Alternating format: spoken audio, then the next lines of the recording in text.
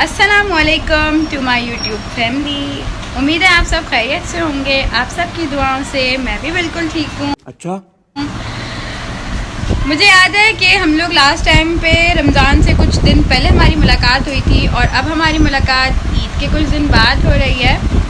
अच्छा, हमारी मुलाकात क्यों नहीं हो पा रही थी वो तो खैर मैं आपको किसी और ब्लॉग में बताऊंगी या इसी ब्लॉग में अभी ही बता देती हूँ। पहले तो हमारी मुलाकात रमज़ान की वजह से नहीं हो पा रही थी। उसके बाद मेरा फ़ोन ख़राब हो गया था और मैंने उसको 2-3 बार सही करवाया और फिर भी वो 1-2 दिन बाद फिर जब मैं सोचती थी व्लॉग बनाऊंगी तो उसी दिन ख़राब हो जाता था। तो इस वजह से हमारी मुलाकात हो नहीं पा रही थी और अब मेरी आपसे मुलाकात हो रही है। सबसे पहले तो मेरी जानिब से आप तमाम लोगों से मैं पूछना चाहूँगी कि रमज़ान आप लोगों की कैसे गुजरे, ईद आप लोगों की कैसी गुजरी। और रमज़ान को मैं बहुत ज़्यादा मिस कर रही हूँ क्योंकि रमज़ान जाने के एक तो बहुत रहमतों बरकतों वाला महीना था और दूसरा ये कि रमज़ान गए तो ईद आई। मालूम है तेरे बाप को मत सिखा। जब ईद आई तो ईद ख़त्म हुई। अब ईद ख़त्म हुई तो मेरी यूनिवर्सिटीज़ हो गई है रीओपन।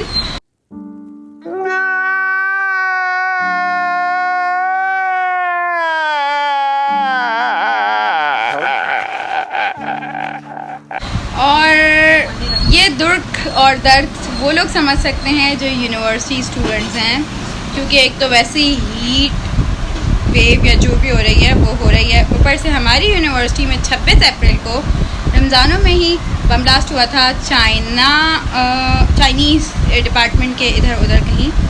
तो उसकी वजह से सिक्योरिटी बहुत है तो चलना ज़्यादा पड़ रहा होता है और धूप में रश में खड़ा भी ज़्यादा हो रहा होता है। खैर ये बात में करेंगे कभी नेक्स्ट व्लॉग में कभी कहीं। Okay. तो इस वजह से रमज़ान जाने का ज़्यादा दुख मुझे हुआ है और यूनिवर्सिटी स्टूडेंट्स को भी हुआ होगा। खैर ये सब छोड़ें, आप लोग मुझे ये बताएं कि आप लोगों ने रमज़ान किस तरह गुजारे और रमज़ानों में रमज़ान आप लोगों के लिए क्या ऐसा काम करके गए। खैर मेरे लिए तो रमज़ान ये डबल चिन छोड़ के चले गए हैं। No, God, please, no, no. ये आप लोग देख सकते हैं। दिल में नहीं चाह रहा वीडियो बनाने का, लेकिन आप लोगों से बातचीत जारी रखनी है इसलिए मैं वीडियो बना रही हूँ क्योंकि ये इतनी ज़्यादा डबल चिन छोड़ के चले गए रमज़ान। खैर होता रहता है, जैसे हैं वैसे फेस करेंगे। और कुछ लोग मोटे हो गए होंगे, कुछ लोग पतले हो गए होंगे रमज़ान के बाद। ज़्यादातर लोग पतले होते हैं लेकिन मैं हमेशा मोटी हो जाती हूँ लेकिन इस बार ज़्यादा ही मोटी हो गई, पता नहीं क्यों। खैर आप लोग मुझे कमेंट सेक्शन में बताएं कि आप लोग वैसे ही हैं जैसे थे या मोटे या पतले कुछ हुए हैं। तो मुझे आपके कमेंट्स पढ़ने में बहुत मज़ा आने वाला है। दूसरा ये कि ईद मुबारक। अब तो ईद चली गई है लेकिन मैं ये जानना चाहूँगी कि आप लोग ईद पर कहाँ कहाँ गए, कौन कौन से सिटी से आप लोगों ने ईद सेलिब्रेट की, कौन कौन से कंट्री से आप लोगों ने सेलिब्रेट किया, किस सिटी किस कंट्री से आपके लिए ईद के प्रेजेंट्स आए या फिर गए। खैर मेरे लिए तो ना किसी सिटी से और ना ही किसी कंट्री से कोई ना प्रेजेंट आया ना मेरी जानिब से कोई प्रेजेंट गया ईद पर, क्योंकि हमारा दोस्तों का आपस में इतना प्रेजेंट एक्सचेंज करना ही इसे कहेंगे ये होता नहीं है। अच्छा, बर्थडेज वगैरह पे ज़्यादातर होता है और मेरी थी रमज़ान में बर्थडे तो मुझे तो रमज़ान में काफ़ी ज़्यादा प्रेजेंट्स आए थे। oh my God, wow. कुछ मेरे दोस्तों की तरफ से आए थे और कुछ मेरी खाला फूफो की तरफ से आए थे और एक मुझे बहुत ही हसीन प्रेजेंट आया था जो मेरे छोटे भाई की तरफ से आया था, जो कि मैं अपनी खुद पसंद का लेके आई थी। वो है ये वाली रिंग, ये रिंग मुझे बहुत ज़्यादा पसंद है और ये मैं अपनी पसंद से लेके आई थी। तो खैर मैंने तो ईद से पहले बहुत ज़्यादा प्रेजेंट जमा किए हैं।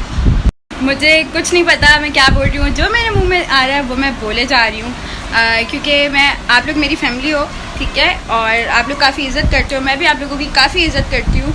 और क्योंकि मेरी आप लोगों से काफ़ी टाइम बाद मुलाकात हुई है तो हमारी बातचीत काफ़ी टाइम बाद हो रही है, तो दिल चाह रहा है कि आप लोगों से बहुत सारी बातें की जाएं, बहुत सारी बातें आप लोगों से शेयर की जाएं, आप लोगों से बहुत सारी बातें मतलब आप लोग भी मुझसे करें कमेंट्स वगैरह के ज़रिए, मतलब आप लोग भी मुझसे शेयर करें बातें कि मतलब जो मैंने आपसे सवाल पूछे हैं या कुछ आप लोग पूछना चाहें लेकिन अच्छी अच्छी चीज़ें पूछिएगा। आज आ रही हैं मेरी दोनों खालाएं बेली की नागिन निकाली मुन्ना बटोड़ा अलगला विद देयर फैमिली माशाल्लाह से। आज का दिन मैं उन्हीं के साथ सेलिब्रेट करने वाली हूँ और सैटरडे है आज। और मैं आज हालांकि 8 बजे उठी थी, लेकिन थोड़े सफाई के काम, उसके बाद नहाना धोना, खाना पीना और नमाज़ों में टाइम निकल गया है और मैं तैयार भी नहीं हुई थी, इसलिए मैंने व्लॉग स्टार्ट ही नहीं किया। और मैं अब तैयार हुई हूँ तो मैंने कहा थोड़ा सा आप लोगों से बातचीत कर ली जाए। मुझे नहीं पता ये व्लॉग बोरिंग होने वाला है या इंटरेस्टिंग होने वाला है। मैं पहले से प्रेडिक्शन नहीं कर सकती क्योंकि मैंने अभी से पहले से कुछ प्लान नहीं किया हुआ। बट बोरिंग हो या इंटरेस्टिंग हो, एटलीस्ट हमारा आपस में जो है कम्युनिकेशन तो जारी रहेगी।